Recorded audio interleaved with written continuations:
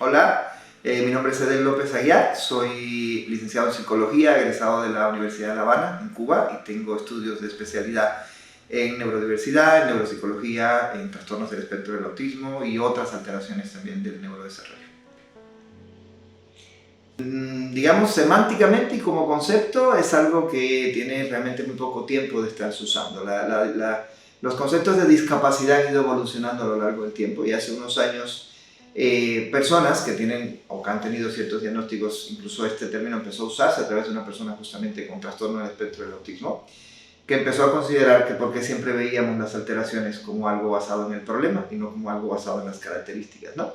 Y el concepto de neurodiversidad se refiere justamente a la idea de que no siempre debemos ver a la persona en función de los déficits que presenta, sino también en función de las competencias a las que a veces esos déficits también están asociados, ¿no? Entonces, de lo que se trata es de entender un poco que más que tener un trastorno o una enfermedad, realmente tenemos cerebros que todos son diferentes y que todos tienen diferentes formas de aprender, ¿no? Incluso el concepto habla mucho de que hoy en día consideramos una discapacidad o un trastorno a muchos problemas que en otras épocas de nuestra existencia humana, de nuestra evolución, podrían no haberlo sido, ¿no? Hay gente que dice que de pronto hoy en día tener déficit de atención puede ser un problema porque vivimos en una cultura que nos obliga a quedarnos sentados y a atender a una persona que habla. Pero en la era en la que a lo mejor teníamos que ser cazadores, por ejemplo, y recolectores, tener déficit de atención podría ser que estuvieras mucho más atento a los estímulos del entorno, que tuvieras más facilidad para cambiar de actividad o incluso que fueras más activo físicamente. Por lo tanto, en una época como esa, tener déficit de atención a lo mejor no era un trastorno específicamente, sino que podría ser incluso una competencia, ¿no? A lo que se refiere realmente es a entender que en realidad todos somos diferentes y que en realidad todos podemos tener diferentes formas de aprender, diferentes formas de relacionarnos, de vincularnos o de comportarnos, y que eso no implica que siempre nos tengan que tratar desde la perspectiva de un diagnóstico o de una enfermedad o de trastorno, ¿no? Realmente es un poco a lo que busca la idea del concepto.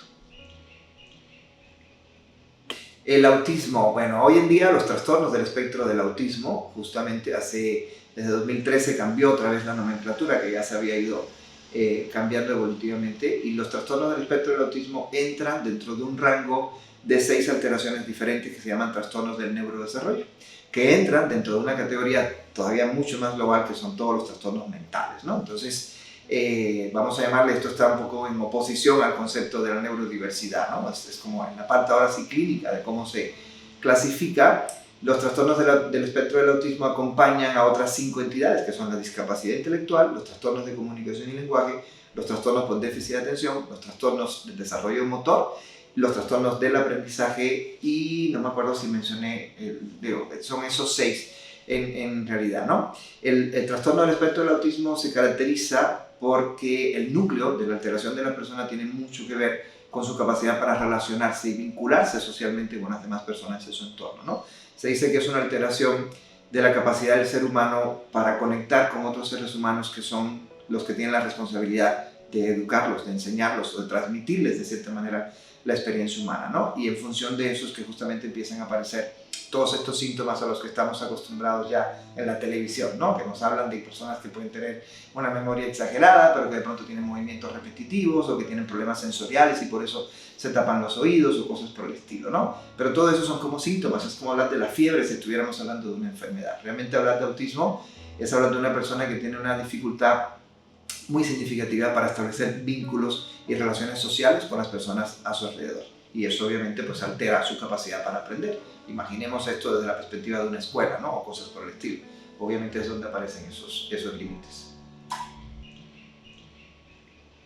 Y bueno, la Organización Mundial de la Salud y sobre todo la ONU, la Organización de las Naciones Unidas, determinó el 2 de abril como el día para la concienciación sobre el autismo. Es un día que realmente se diseña, se establece desde hace ya varios años con la idea de que el mundo tome conciencia sobre la existencia de las personas con TEA y las necesidades que tienen las personas con TEA. Siempre decimos que no es un día para celebrar el autismo, es un día para concientizar sobre el autismo y sobre las necesidades que tienen las personas con autismo. Necesitan evidentemente escuelas mucho más educadas, si se quiere que sea la palabra, para poderlos incluir, para poderlos vincular a sus aulas. Necesitan una sociedad mucho más sensible a sus características, a sus necesidades para aprender, por ejemplo. Necesitan familias con mucha más, digamos, a lo mejor preparación para justamente poder trabajar en todo el modelo de crianza con niños que tienen estas características. Necesita de compañeros de clase que también sean capaces de entender un poco una dinámica social que no es igual a las que ellos están acostumbrados. Y justamente el 2 de abril se usa para eso, para poder sensibilizar a la sociedad en general sobre sus necesidades. ¿Cómo se diagnostica? Bueno, a lo mejor ahí tendríamos que hablar primero de cómo se detecta. La mayor parte de las familias que tienen a un hijo o a más de un hijo con TEA lo detectan normalmente cuando cumplen alrededor de 18 meses de vida. O sea, realmente es el periodo, digamos, se llama periodo prelocutivo, cuando el niño va a empezar justamente a hablar o ya está empezando a hablar. Muchas familias se dan cuenta de que sus hijos de pronto no están desarrollando el lenguaje, o incluso que llegaron a decir algunas palabras y dejaron de decir esas palabras que tenían. Es un niño que de pronto a veces da la apariencia de tener una dificultad auditiva porque no responde cuando le hablan y entonces no voltea, por ejemplo, no responde a su nombre. Empieza a haber un grupo de indicadores, juegan raro, juegan de una manera muy peculiar también y entonces empiezan a buscar ayuda, ¿no? Digamos que el proceso de diagnóstico empieza normalmente en ese periodo y se completa probablemente alrededor de los 30 meses, cuando ya es un poco más evidente, ¿no? Para hacer el diagnóstico, obviamente, lo primero que tienes que hacer siempre en TEA es descartar la ocurrencia de otras alteraciones. O sea, hay veces que se confunde mucho. Hoy en día incluso hay una enorme confusión porque ha aumentado mucho el diagnóstico de autismo, porque hacemos mucha más promoción, yo creo, de esta entidad, y ha bajado mucho el diagnóstico de otras alteraciones, por ejemplo, como el retraso global del desarrollo o incluso la discapacidad intelectual, ¿no? Ahora, para hacer el diagnóstico, en primer lugar tienes que tener una muy buena evaluación del desarrollo, una evaluación que realmente permita caracterizar cómo es el niño en comparación con los niños de su misma edad, y a partir de ahí aplicar un protocolo de diagnóstico, que es un grupo de pruebas específicas que sirven para constatar la existencia de un grupo de al menos entre 7 y 10 características o síntomas centrales, que van, por ejemplo, desde un deterioro en el uso de la comunicación gestual, por ejemplo, que es el primero de los indicadores, un deterioro en todo lo que tiene que ver con la conducta de reciprocidad social, es el niño que no tiene una buena habilidad para interactuar con los demás. O sea, hay un grupo de características que tú tienes que constatar su existencia y eso lo haces utilizando pruebas específicas para el diagnóstico de autismo. No basta con el juicio clínico ni tampoco basta con una consulta médica de 15 minutos para dar un diagnóstico de autismo. En una consulta médica de 15 minutos tú puedes tener una hipótesis diagnóstica sobre el autismo, puedes tener un criterio de que la persona probablemente tenga autismo, pero el diagnóstico sí debe hacerse de una manera, digamos, un poco más científica, a través de herramientas que sirvan para eso justamente. Ok, ¿por qué es importante el diagnóstico? Es importante para nosotros, para los científicos. O sea, a la persona, que tú le digas a un niño que tiene autismo o no tiene autismo, no cambia en absoluto muchas cosas para él, ¿no? Es importante para la ciencia, porque evidentemente cuando tú diagnosticas una entidad, tú puedes establecer un grupo de parámetros de pronóstico, un grupo de parámetros de necesidad. Te voy a poner un ejemplo. La cuarta parte de las personas con autismo son diagnosticadas de epilepsia en algún momento de su vida. Por lo tanto, si yo no considero ese dato, esta familia a lo mejor decide no ir al neuropediatra y no llevar un seguimiento neuropediátrico, sabiendo que de cada 4 casos uno tiene un alto riesgo, una alta probabilidad de padecer una situación como epilepsia. Una alta población de personas con TEA tiene, por ejemplo, alteraciones sensoriales importantes que pueden ser de procesamiento sensorial, de la integración sensorial o incluso situaciones inherentes a la alimentación o incluso al sueño, por ejemplo. Son datos que realmente son importantes a la hora de establecer el diagnóstico. Pero también porque cuando conocemos el autismo desde su génesis, desde esta alteración para establecer estos parámetros, por ejemplo, como la atención conjunta, como los mecanismos de aprendizaje social o dispositivos de aprendizaje social, el foco del tratamiento va directamente hacia esos ámbitos que están alterados. Entonces, por eso es importante el diagnóstico, porque es como si cuando tú tienes un buen diagnóstico ya sabes qué es lo que tienes que hacer desde el punto de vista de la intervención. Si diagnosticas déficit de atención, tienes un grupo de mecanismos de atención. Si diagnosticas trastorno del espectro de autismo, tienes otro grupo de mecanismos de atención. Entonces el diagnóstico es vital justamente para definir cómo atender a la persona y qué necesidades tiene la persona.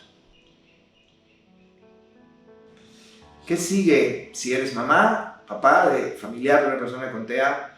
Evidentemente el primer paso es tener un diagnóstico que comprendas, un diagnóstico más allá de que lo aceptes emocionalmente hablando, un diagnóstico que comprendas cognitivamente. Yo creo que la clave, en los últimos 30 años hemos visto un cambio radical en los resultados que se tienen en el tratamiento del autismo. Venimos de una época, hace 30 años, el 80-85% de las personas con TEA tenían discapacidad intelectual o retraso mental. Hoy esa cifra está por debajo del 30%. Hace 20, 30 años atrás, más del 60-70% de las personas con autismo no desarrollaban lenguaje. Hoy está exactamente al revés. De hecho, estamos hablando de muchos programas que tienen un éxito de más del 90-95% de éxito en lo que tiene que ver con la adquisición del lenguaje. Y la clave de ese cambio es la familia. Justamente, o sea, ¿qué tienes que hacer? Tienes que aprender.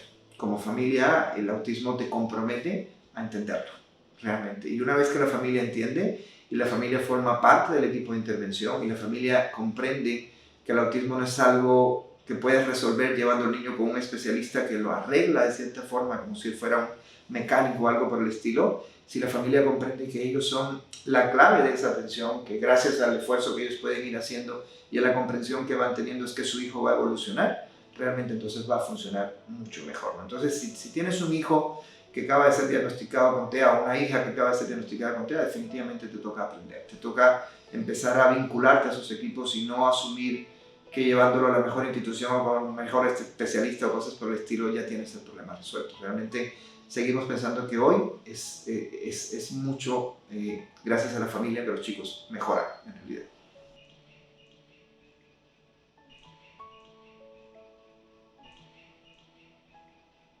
Claro, bueno, realmente ya están en desuso. Desde el 2013, como yo les decía, cambió la nomenclatura, dejó de llamarse. Es que antes se llamaban, por ejemplo, trastornos de inicio en la infancia, la niñez y la adolescencia. Siempre le ponen la palabra trastorno, desafortunadamente, ¿no? Y trastorno realmente no se refiere a enfermedad, se refiere a una desviación, algo que se trastorna, es algo que toma un curso diferente, ¿no? Siempre decimos que cuando tú vas en un carril de desarrollo, cuando te dicen tienes un retraso, significa que vas llegando, pero vas llegando tarde. Y cuando tienes un trastorno, significa que te desvías como del camino por el que deberías ir, ¿no? En ese sentido. Antes se llamaban trastornos de inicio en la infancia, la niñez y la adolescencia, ahorita se llaman trastornos del neurodesarrollo, porque ocurren justamente en el periodo del neurodesarrollo y son inherentes al neurodesarrollo, ¿no? Pero cuando eran trastornos de inicio en la infancia, la niñez y la adolescencia, el autismo entraba dentro de una categoría que se llamaba trastornos generalizados del desarrollo. Realmente esa categoría no incluía a un grupo de trastornos parecidos, sino que incluía un grupo de trastornos que no podían ser incluidos en las otras categorías. Y entonces era como estos que no estaban tan bien definidos en realidad, ¿no? Ahí habían dos que sí se parecían mucho, que eran el autismo y el síndrome de Asperger, y habían otros tres que no tenían prácticamente ninguna relación con ellos. Estaban, por ejemplo, las niñas con síndrome de Rett, que tenían un cuadro donde realmente, ciertamente, no se podían relacionar bien con los demás, pero había muchísimos problemas médicos, era un síndrome genético muy específico, por ejemplo, con problemas motores, con epilepsia, con trastornos, a veces incluso cambios respiratorios y demás. Y tú decías, bueno, ¿por qué están en el mismo grupo? Y realmente la idea era que es un poquito como ese cajón donde poníamos todo aquello que no tiene un cajón, ¿no? En realidad. Ya con las investigaciones y demás, llegaron obviamente a la conclusión de que sí, realmente el trastorno desintegrativo de la infancia, que también los acompañaba, era un niño que llevaba un curso de desarrollo muy neurotípico durante al menos 2, 4, 5 años de vida y luego empezaba a perder las habilidades, también estaba dentro de ese mismo grupo, ¿no? Entonces se dieron cuenta de que realmente no tenían nada que ver, no podíamos incluso atenderlos de la misma forma a todos ellos y decidieron desintegrar esa entidad y justamente se quedaron con la entidad de trastornos del espectro del autismo. El asunto es que se llamó síndrome de Asperger a un grupo de personas con autismo que tenían un alto nivel de funcionamiento, que tenían una muy buena capacidad lingüística. Y esto ocurrió porque se supone que Leo Kanner publicó el artículo sobre el autismo en el año 43 y Hans Asperger lo publicó en el año 44. Asperger lo publicó en Alemania, en la Alemania nazi, que se quedó justamente muy segregada, vamos a llamarle políticamente, y el artículo de Asperger se traduce hasta los años 78, o sea, casi 30, 40 años después, se hace la traducción y se descubre que él también había aportado en ese sentido, entonces empezamos a llamarle autismo de Kanner al de funcionamiento más bajo y síndrome de Asperger al de funcionamiento más alto, ¿no? La verdad es que la diferencia era muy difícil de establecer. Tú podías empezar con un diagnóstico de autismo de Kanner y luego tener un perfil de funcionamiento tan bueno que la gente dijera tiene síndrome de Asperger, ¿no? La diferencia era muy sutil. Era un niño que, por ejemplo, el de Asperger era un niño que desarrollaba el lenguaje desde el inicio de la vida. El autismo de Kanner se tardaba un poquitito más en desarrollar el lenguaje, aunque luego las competencias lingüísticas fueron exactamente idénticas, ¿no? Realmente lo que pasó también es que hay toda una coyuntura ahorita otra vez política sobre el tema de estos términos, ¿no? Hace poco algunas familias empezaron a investigar si Hans Asperger había tenido cierta participación en todos los, digamos, sucesos del Holocausto. Él trabajó en la Alemania nazi, él trabajó en las clínicas de la Alemania nazi, Y finalmente hay varias publicaciones que indican que sí tuvo relación con todo este proceso. No sabemos realmente o a ciencia cierta, pero estamos casi seguros de que hay cierta relación entre que salieran estos artículos y que decidieran retirar esta entidad de la nomenclatura científica y que ahorita todos se llamen trastornos del espectro del autismo, porque realmente es lo que siempre han sido, es un espectro de alteraciones que va desde menos graves hasta más graves y que el sujeto se ubica dentro de ellas no de una manera estática, o sea, nunca te quedas en el mismo punto, sino que la intervención, los resultados de tu inclusión educativa, la importancia que tiene la escuela o la familia hacen que te vayas moviendo, ¿no?, dentro de ese espectro, pero es un grupo de características. Creemos que el concepto de espectro del autismo es mucho más justo para poder entender mejor a la entidad que lo que teníamos antes, que era una división que además generaba mucha polémica, ¿no? No es que las personas con Asperger no tienen autismo, no, pues realmente todos estaban en el mismo grupo, en realidad.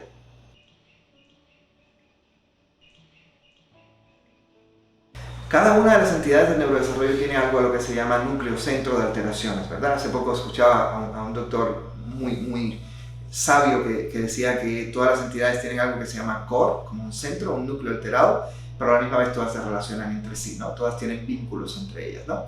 Entonces, bueno, si queremos hablar del trastorno por déficit de atención, ¿cuál es el núcleo del trastorno por déficit de atención? Pues es una deficiencia en la capacidad del niño para regularse, para prestar atención a los estímulos, que realmente se traduce en una necesidad de búsqueda de estímulos nuevos, por eso cambia muchas veces de actividad, ¿no? Si pensaras en los trastornos del aprendizaje, es un núcleo de alteraciones en lo que tiene que ver con mi capacidad para aprender a leer y escribir, las competencias académicas específicamente, ¿no? Si pensaras en los trastornos del desarrollo motor, es una alteración, por ejemplo, en mi capacidad para la coordinación motora o para el desarrollo de regulación, por eso los trastornos de tics están dentro de ese tipo de alteración, ¿sí ves? Si pensaras, por ejemplo, en los trastornos de comunicación y lenguaje, pues es evidentemente una alteración específica en los procesos de desarrollo o de adquisición y de uso de las funciones de comunicación y lenguaje. Y si pensaras en los trastornos del espectro del autismo, que es el único cuyo nombre no hace alusión a su núcleo, lamentablemente, yo creo que en algún punto debería considerarse eso también, pues los trastornos del espectro del autismo hacen alusión a un área específica que es el área social.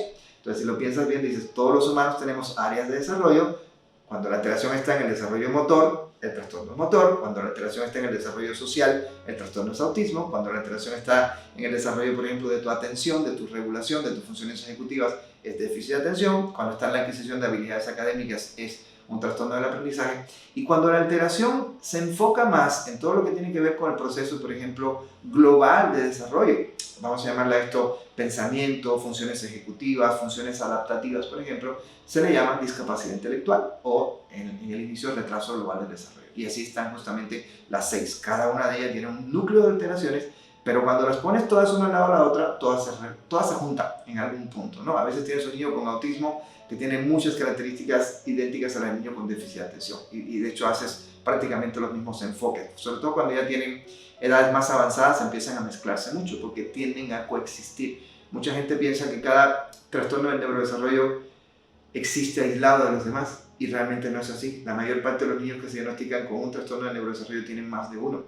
O sea, tú puedes tener autismo y déficit de atención, autismo y trastornos del aprendizaje, puedes tener autismo y discapacidad intelectual, puedes tener trastornos de comunicación y autismo, por ejemplo. O sea, normalmente están relacionadas una con la otra, no están aisladas ni separadas en realidad.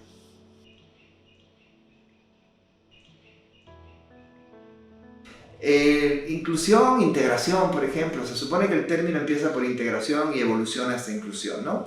Inclusión, la escuela inclusiva es la escuela que está preparada plenamente desde el inicio de su programa y que tiene un programa, una estructura, una comunidad educativa que está lista para asumir la educación de cualquier tipo de, vamos a llamarle necesidad, reto o barrera para el aprendizaje. Antes se llamaban necesidades educativas especiales, hoy la Secretaría de Educación decide llamarle barreras para el aprendizaje, por ejemplo, y la escuela inclusiva es la escuela que ya tiene resuelto todos estos problemas. Vamos a decirlo desde esta perspectiva. Cuando una escuela es inclusiva, hipotéticamente hablando, idealmente hablando, es una escuela que está lista, tanto su profesorado, su estructura arquitectónica, su programa educativo y sus recursos, para asumir la educación de niños que tienen alteraciones auditivas, alteraciones visuales, alteraciones motoras, alteraciones sociales, alteraciones del aprendizaje. O sea, cualquier tipo de dificultad puede embonar dentro de su programa educativo, ¿sí?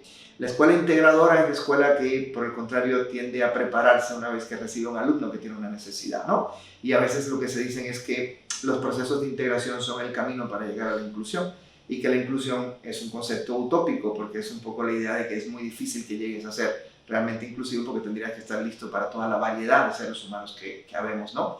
En ese sentido. Entonces, siempre me gusta más hablar de acciones de integración o de acciones de inclusión que del proceso, del concepto propiamente de inclusión, ¿no? Pero bueno, finalmente, si consideramos los valores de una escuela inclusiva, tendríamos que empezar evidentemente por una escuela que tiene un profesorado formador, para empezar. O sea, es la clave realmente de la educación, que tiene un programa educativo capaz de asumir las diferencias y que es un programa educativo que tiene la flexibilidad para entender que podemos cambiar los ciclos, por ejemplo, que podemos cambiar. Yo a veces digo, ¿por qué siempre pensamos que un grado requiere un año? ¿Por qué a veces no consideramos que un grado puede requerir 2 años, por ejemplo? O que un grado, hablamos de alumnos con, por ejemplo, con habilidades sobresalientes, ¿por qué un grado tiene que tener un año? Puedes hacer un grado en medio año si eres un alumno con habilidades sobresalientes. Sin embargo, no, vivimos como con esta estructura, ¿no? Así como toda rígida que ya está sobreimpuesta. Una escuela que tiende a la inclusión es una escuela que entiende que no todos los alumnos aprenden sentados, que no todos los alumnos aprenden auditivamente, que no todos los alumnos aprenden escribiendo, por ejemplo, que cada alumno puede tener no solamente el derecho, sino la peculiaridad de tener estilos diferentes de aprendizaje. Y la escuela que es integradora e inclusiva debería considerar eso, ¿no? En realidad, en su programa, que no todos los alumnos se deben evaluar igual, por ejemplo, que no todos los alumnos deberían presentar un examen, que a lo mejor algunos pueden hacerlo mejor oralmente y que otros pueden hacerlo mejor a través de proyectos. Una escuela inclusiva no es la que incluye a los niños diferentes, es la que incluye acciones diferentes para educar, en realidad. Y a veces la gente lo piensa más desde la perspectiva del niño que desde la perspectiva de la escuela. Entonces, siempre el niño es el que pierde, siento yo, ¿no? En ese sentido, cuando se hace desde esa perspectiva. Una escuela inclusiva es la que educa a su comunidad en general, no solamente a sus maestros, también a sus alumnos y también a los padres de sus alumnos. O sea, una escuela inclusiva que no es capaz de formar a los padres de sus alumnos para tener buenas actitudes al respecto de la neurodiversidad o las personas que tienen necesidades diferentes, es una escuela que no está incluyendo en realidad, porque este es un niño que luego la familia no sabe si lo podrán invitar al cumpleaños o no, si debe participar o no de la fiesta o de la actividad, si es bueno o malo que participe en el festival, por ejemplo, o cosas por el estilo. Y a veces educar a la familia implica que eliminemos prácticamente todas las barreras que la comunidad estudiantil puede tener. O sea, yo siempre pongo los ejemplos de el niño que se sube a la camioneta con su mamá y le dice, mamá, hay un niño nuevo y es un niño que no habla, ¿no? Y siempre digo, la respuesta que tenga la mamá en esa camioneta en ese momento va a marcar radicalmente la forma en la cual este niño asuma a su compañero con una condición de neurodiversidad a partir de ese momento. La mamá que dice, ay, pobrecito, ya genera una actitud. La mamá que dice, bueno, pero ¿qué es lo que tiene? Déjame te explico. A lo mejor es un niño que tiene autismo y el autismo es esto y esto y esto y no pasa nada, hijo, es un niño con el que puedes jugar y te tienes que comunicar con él de esta forma y de esta forma. Si yo no le enseño eso como escuela a mi comunidad de padres, eso no va a pasar en realidad. Y eso es algo que obviamente se tiene también que considerar. Entonces la escuela inclusiva tiene que tener flexibilidad curricular, tiene que tener alumnos formados, tiene que tener padres de familia formados, tiene que tener profesores formados, tiene que tener una estructura arquitectónica, por ejemplo, formada. Siempre vemos escuelas que tenemos muchos idiomas, por ejemplo, en las escuelas y siempre estamos abogando porque debemos incluir la lengua de señas, por ejemplo, como un idioma que sea más universal. Nuestras personas sordas no tienen con quién comunicarse, y no porque ellos no tengan un recurso, es porque nosotros no aprendemos el recurso que ellos tienen. Y a nuestros niños no les enseñamos lengua de señas en la mayoría de las escuelas. Es más, a nuestros maestros no les enseñamos lengua de señas, lo cual implica que no estarían habilitados para atender a una persona con una discapacidad auditiva. Entonces, todo eso es lo que realmente serviría para poder construir una escuela inclusiva. Y súmale todavía que tengas un diseño arquitectónico, por ejemplo, no solamente pensando en las sillas de rueda o cosas por el estilo, que yo creo que es algo que es un poco más evidente, ¿no? Pero un diseño arquitectónico que tenga los apoyos visuales suficientes para cualquier persona con discapacidad intelectual, con TEA, por ejemplo, que tenga los apoyos auditivos necesarios para personas con debilidad visual, que diseñes una escuela sin barreras, pero no barreras físicas, sino sin barreras de la comunicación, sin barreras sensoriales, sin barreras de todo tipo. Todo eso es analizable. ¿Sí ven por qué es tan difícil una escuela inclusiva? En realidad, ¿por qué el concepto es tan complicado? Y a veces lo decimos con bastante facilidad, pero realmente tenerlo es verdaderamente complejo y muy difícil de encontrar en realidad.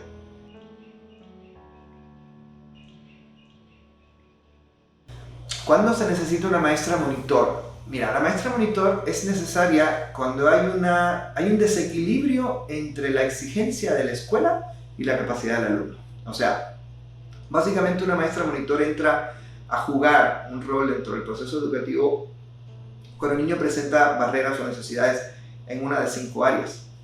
En primer lugar podría ser el área de comportamiento. O sea, un niño que tiene problemas de conducta que no le permiten regularse con respecto al contexto, que de pronto no respeta las reglas generales de comportamiento, que se sale del salón, que se para de la silla, cosas por el estilo. A veces es necesaria una maestra de apoyo o una monitora o auxiliar educativa. Un alumno que tiene barreras de comunicación, por ejemplo, sería una segunda necesidad. Un alumno que no puede comprender lo que la maestra está explicando, que no puede comprender la dinámica del lenguaje en general, ¿no? Un alumno que tiene barreras organizativas, que no es capaz de gestionar su actividad de estudio. Un alumno que tiene barreras, por ejemplo, de desplazamiento. Obviamente requiere de un personal de apoyo que lo pueda ayudar a desplazarse y que tenga problemas en su autonomía personal también, que no pueda ir solo al baño o cosas por el estilo, ¿no? Entonces siempre es importante definir que la maestra monitor solo es necesaria cuando hay ese desequilibrio, porque de pronto tenemos niños que van a una escuela donde hay 30 alumnos, donde hay una maestra con muy bajo nivel de preparación, y le dicen necesitas una maestra sombra, pero sin embargo lo sacas de esta escuela y lo pones en otra escuela donde hay una maestra muy preparada, una currícula mucho más flexible, 10 o 15 alumnos por salón, alumnos preparados, familias preparadas, la maestra sombra ya no es necesaria. Entonces, cuando pensamos en la maestra sombra para el alumno, yo siempre digo que no es la maestra sombra para el alumno, es la maestra sombra para el proceso, que es la relación entre el alumno y la escuela, porque siempre deriva de la relación entre ellos dos. Siempre pensamos en esta idea de que es el alumno que necesita ajustarse, mejorar, y es muy raro que alguien hable de vamos a poner una maestra sombra a la escuela, ¿no? Para que pueda ayudar a sus alumnos, vamos a ponerle un proceso de terapia a la escuela. O sea, nadie manda a una escuela a terapia, por ejemplo, ¿no? Siempre se manda al niño a terapia, es como si la escuela pareciera ser el contexto adecuado y el niño es el que trae características inadecuadas con respecto a la escuela. Y en algún punto tenemos que empezar a equilibrar mejor esto. Cuando la escuela empieza a reconocer tengo un problema, tengo una carencia, tengo una necesidad de conocimiento, por ejemplo, en algo, y necesito equilibrar esto para que mi alumno esté mejor aquí adentro, ¿no? La escuela que no quiere asumir nuevos retos, nuevas formas, nuevos estilos de enseñanza, pues obviamente se construye ella misma como una barrera para el alumno. Y eso pues no tendría mucha lógica en realidad.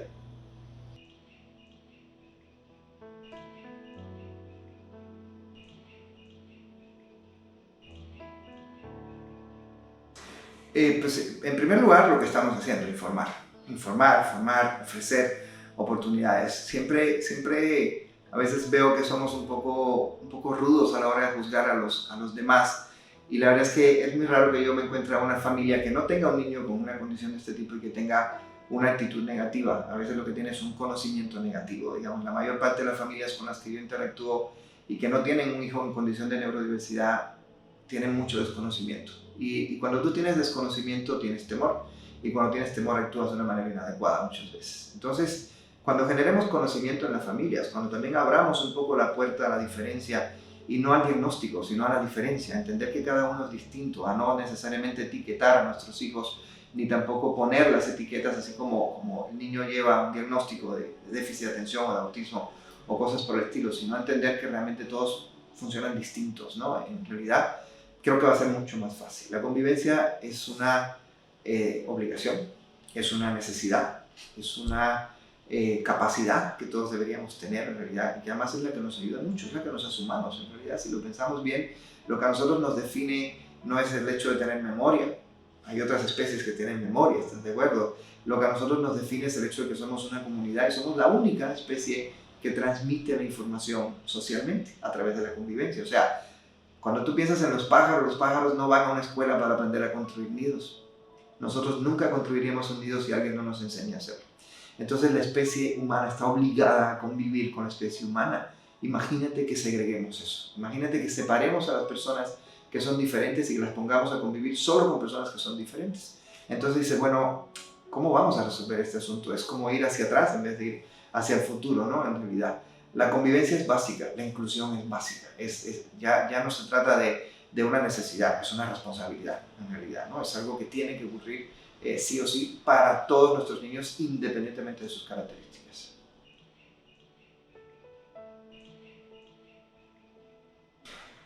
Pues Internet está lleno. En realidad, o sea, ahorita hoy en día accedemos a una enorme cantidad de espacios.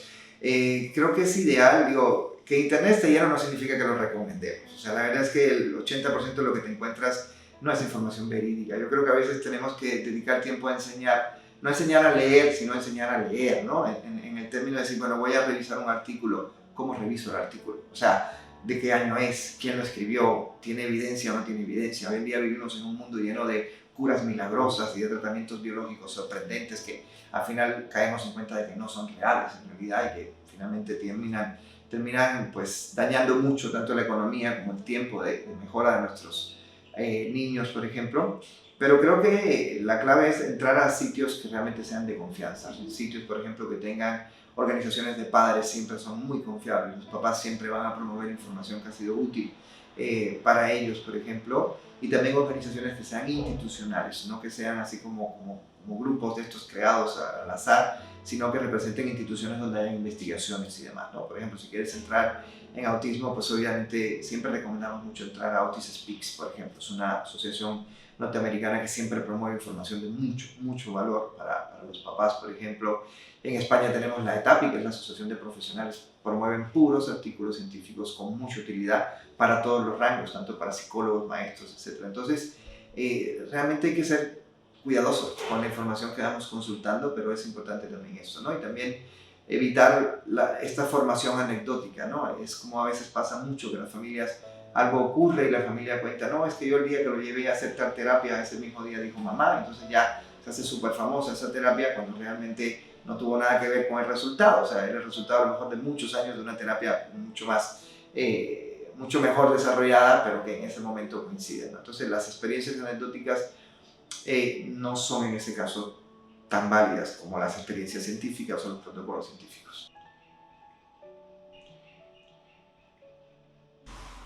El autismo es hereditario. El autismo tiene una base genética. No sé si me equivoco al decir es hereditario, ¿no? Por eso prefiero no decirte que no creo que sea algo que yo tengo autismo y te lo heredo a ti, como podría ser un lunar, por ejemplo. No sé si me explico. Es como decirte el síndrome de Down es hereditario, por ejemplo. Y dices, no, el síndrome de Down es genético. Significa hay una alteración en tu conformación genética que produce que tú tengas esta condición, una trisomía en este caso, por ejemplo. Y en el autismo hay muchos datos que tienen que ver con elementos genéticos, ¿no? Por ejemplo, se sabe que una familia que tiene un hijo con autismo tiene una probabilidad un poquitito más alta que una familia que no tiene una persona con autismo de tener a otro niño con autismo, ¿no? Entonces, obviamente, hay muchos elementos. Ahorita estaba yo revisando hace muchos años hay, por ejemplo, en Estados Unidos, eso acabo de verlo en un congreso que estuve la semana antepasada, comentaba una mamá, por ejemplo, que de más de 300 millones de dólares que se dedican a investigación, el 95% lo dedican a investigaciones en biología y en genética. O sea, un 5% de los recursos, por ejemplo, que los Estados Unidos dedican a la investigación en autismo, lo dedican a tratamientos o a intervenciones educativas o a inclusión. Casi todo se dedica al rango de la medicina y de la salud, ¿sabes? Y sin embargo, en los últimos 20 años se descubrieron a lo mejor entre unos 10 y 15 genes que podían estar relacionados y asociados al autismo, ¿sabes? Los últimos datos dicen que realmente esos genes sí pueden estar relacionados al autismo, pero también a la discapacidad intelectual. O sea que llegamos otra vez al mismo punto donde habíamos empezado. Pensábamos que sí, pero siempre no, en realidad, ¿no? Y te digo, esta no es mi área, realmente es algo donde habría que profundizar mucho más a través de un especialista en genética específicamente, pero realmente sabemos que hay elementos, sabemos que es frecuente entre hermanos, por ejemplo, que si uno lo tiene, el otro lo pueda tener. Sabemos que es mucho más frecuente en varones que en niñas, lo cual dice que hay una influencia genética. Obviamente las niñas tienen 2 cromosomas idénticos, los varones tenemos 2 diferentes y eso también hace que seamos un poco más vulnerables, ¿no? Pero cuando lo ves desde esta perspectiva, por ejemplo, dices, bueno, eso es hablando del autismo, pero el 70% de las personas con déficit de atención también tienen un familiar con déficit de atención. 70% de los casos. Entonces, no es el autismo, ¿estás de acuerdo? Nada más en ese sentido. Todos los trastornos de neurodesarrollo son mucho más frecuentes en varones que en niñas. Entonces, también dices, tampoco es un dato que le dejemos solamente al autismo en realidad, ¿no? Entonces, el autismo yo siento que es mucho más visible, mucho más estudiado. Hollywood se ha hecho cargo de que lo conozcamos mucho más que otras entidades o situaciones que me parece que son iguales de importantes y de relevantes y que debemos prestarle atención. No sé si sabías, pero por ejemplo, de cada 3 personas con déficit de atención, solo una se diagnostica. O sea, hay 2 que nunca son diagnosticadas y por lo tanto nunca son atendidas adecuadamente, nunca son comprendidas adecuadamente y hoy por hoy hace poco salía un estudio que decía que habían hecho estudios, por ejemplo, en prisiones y habían llegado a la conclusión de que el 30% de la población que puede estar en un penal fueron personas que cuando niños podían haber tenido un diagnóstico de déficit de atención que nadie detectó y por lo tanto nadie lo atendió y por lo tanto terminaron abandonando la escuela, entrando en situaciones sociales de vulnerabilidad, o sea, personas que no tenían por qué llegar a una situación como esa, ¿no? Entonces a veces a mí me gustaría que este 2 de abril realmente fuera un poco menos azul, un poco más de entender a la diversidad y mucho menos de entender nada más al autismo, porque como que nos deja cortos, ¿no? En ese sentido. Y hay muchas condiciones de este tipo que tenemos que hacer mucho más visibles y empezar a entender mejor para poder ayudar a todas las personas, no solamente a las personas con TEA, en realidad.